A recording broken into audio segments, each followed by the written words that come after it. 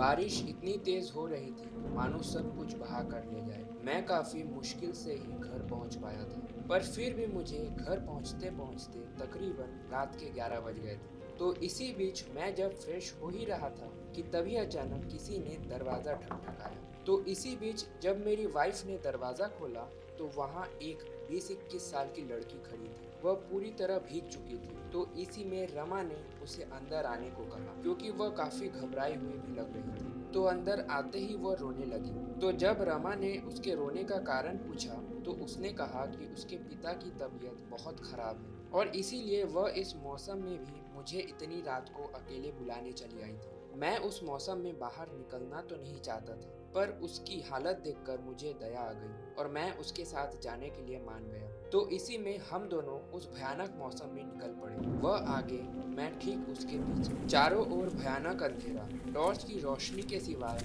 कुछ भी देख पाना नामुमकिन था। इसके अलावा आसपास का जंगल उस रास्ते को और भी भयानक बना रही थी। खैर जो भी हो, तो इसी बीच जाते जाते मैंने उस लड़की से पूछा कि आखिर उसके पापा को क्या हुआ है और वह कब से बीमार है। तो इसी में उस लड़की ने कहा कि आप एक बार देख लीजिए, आपको सब पता चल जाएगा। और इसके अलावा यह बोलते हुए उसकी आवाज़ काफ़ी अजीब लग रही थी। खैर जो भी हो, हम चलते रहे और कुछ देर चलने के बाद वह लड़की मुझे गांव से अलग एक रास्ते में ले जाने लगी जो कि जंगल की ओर जा रही थी। जब मैंने उस लड़की से इसका कारण पूछा तो उसने कहा कि उनका घर इसी रास्ते में कुछ ही दूरी पर है। तो इसी में और कुछ देर चलते ही मुझे एक झोपड़ी मिली। तो हम जल्दी से उसी ओर चल दिए। उस झोपड़ी के अंदर पहुंचते ही मैंने देखा एक बुजुर्ग आदमी करीब 60-70 साल का एक पलंग पे लेटे हुए हैं। तो इसी में मुझे समझते देर नहीं लगी कि उन्हीं के लिए वह लड़की इतनी दूर मेरे घर गई थी। खैर जो भी हो, मैंने उनका चेकअप करना शुरू किया,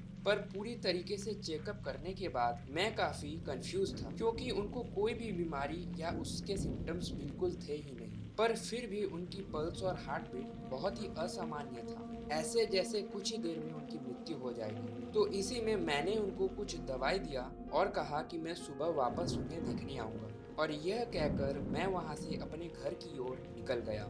इसके अलावा वहां मुझे कुछ गड़बड़ भी लग रहा था। तो इसी में मेरे मना करने के बाद भी वह लड़की मुझे गांव तक छोड़ने आने को कहने लगी, और अब मुझे और भी ज्यादा यकीन होने लगा था कि कुछ गड़बड़ जरूर है, क्योंकि उस लड़की के पिता इतने बीमार हैं, उनकी देखभाल न करके वह लड़की मुझे छोड़ने आने की जिद क्यों करने लगी थी। तो इसीलिए मैं वहां से तेजी से चलता हुआ निकलने लगा और वह लड़की भी मेरे पीछे पीछे आने लगी। तो इसी में जब मुझे गांव का रास्ता दिखने लगा कि तभी उस रास्ते से पहुंचने से पहले ही वह लड़की मुझे पीछे से एक अलग ही आवाज में बुलाई, और पीछे मुड़कर मैंने जो देखा उसे देखकर मानो मेरा कलेजा वहीं बाहर निकल गया। उल्टे मुड़े हुए पैर, लंबे नाखून, आंखों के जगह दो काले गड्ढे, सड़ी गली मांस, यह सब देखकर मैं वहां से अपनी जान बचाकर भागने लगा, पर वो भी मेरे पीछे पीछे आने लगी। तो इसी में जैसे तैसे भागते भागते मैं अपने घर तक सही सलामत पहुंच गया, और यह पूरी घटना मैंने रमा को बताया। और दूसरे दिन गांव वालों को यह पूरी घटना बोलने के बाद उन्होंने कहा कि वह एक चुड़ैल थी जो कि इससे पहले भी कई लोगों को मार चुकी थी। शायद मैं ही पहला व्यक्ति था जो कि सही सलामत उस चुड़ैल से बच पाया। यही कहना था उन गांव वालों का।